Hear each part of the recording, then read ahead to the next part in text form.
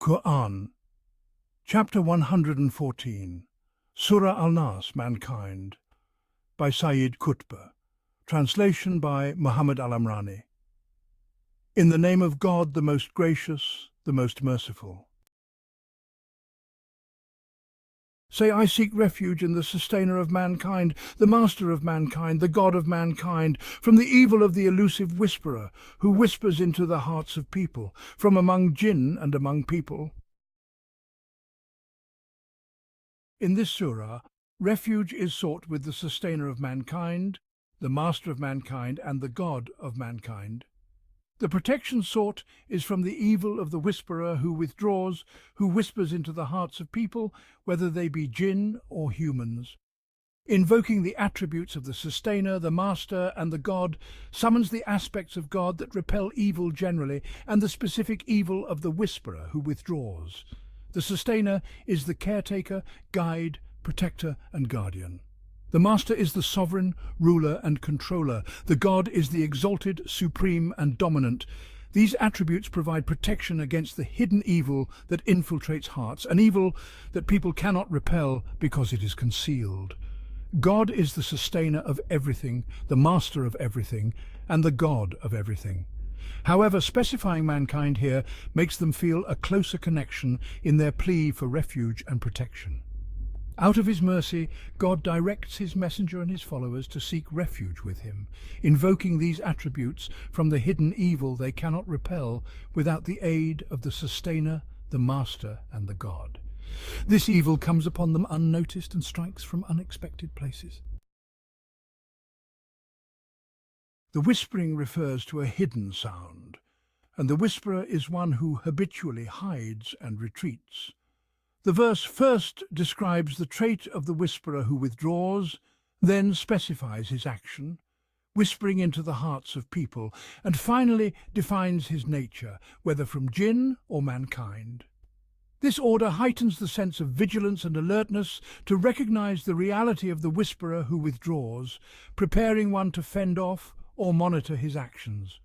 When the soul, awakened by this gradual revelation, understands that the whisperer who withdraws whispers secretly in people's hearts, and that he can be a hidden jinn or a human who infiltrates hearts like jinn, whispering like devils, it becomes ready to defend itself, having identified the source and path of the threat.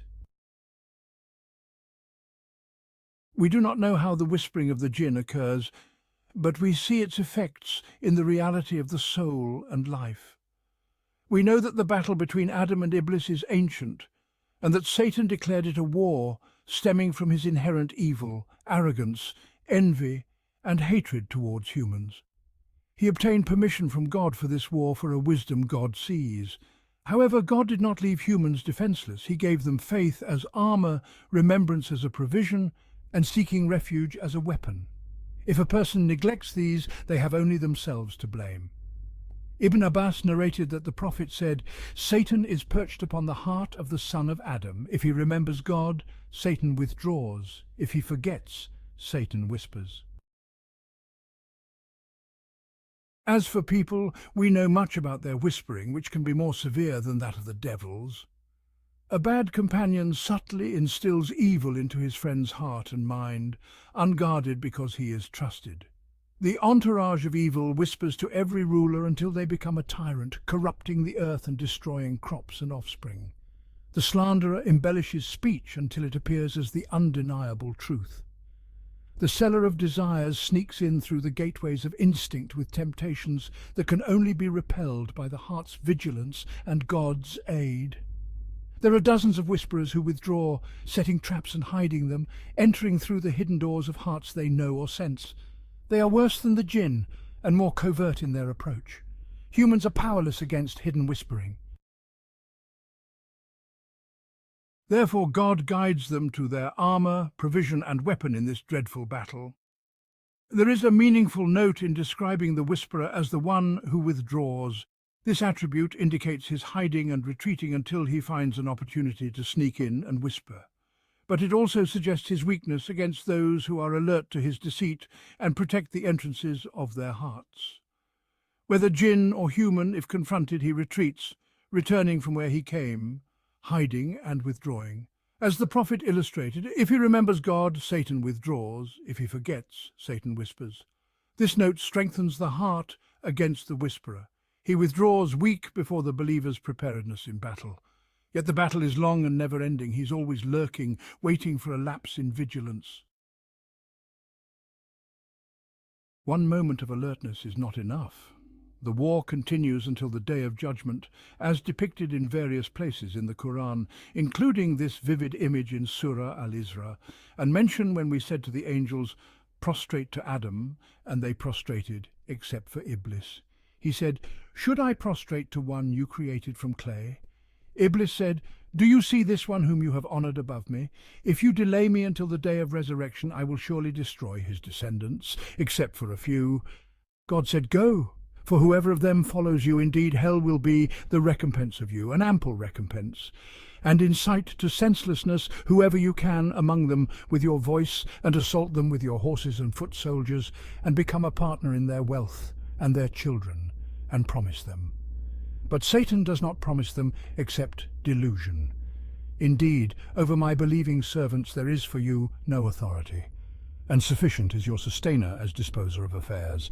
Qur'an 17:61-65.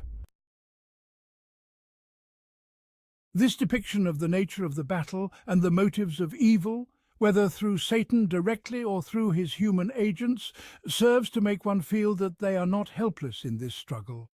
Their sustainer, master and God controls all creation.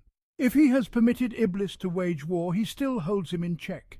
He has not empowered him over those who remember their sustainer, master and God.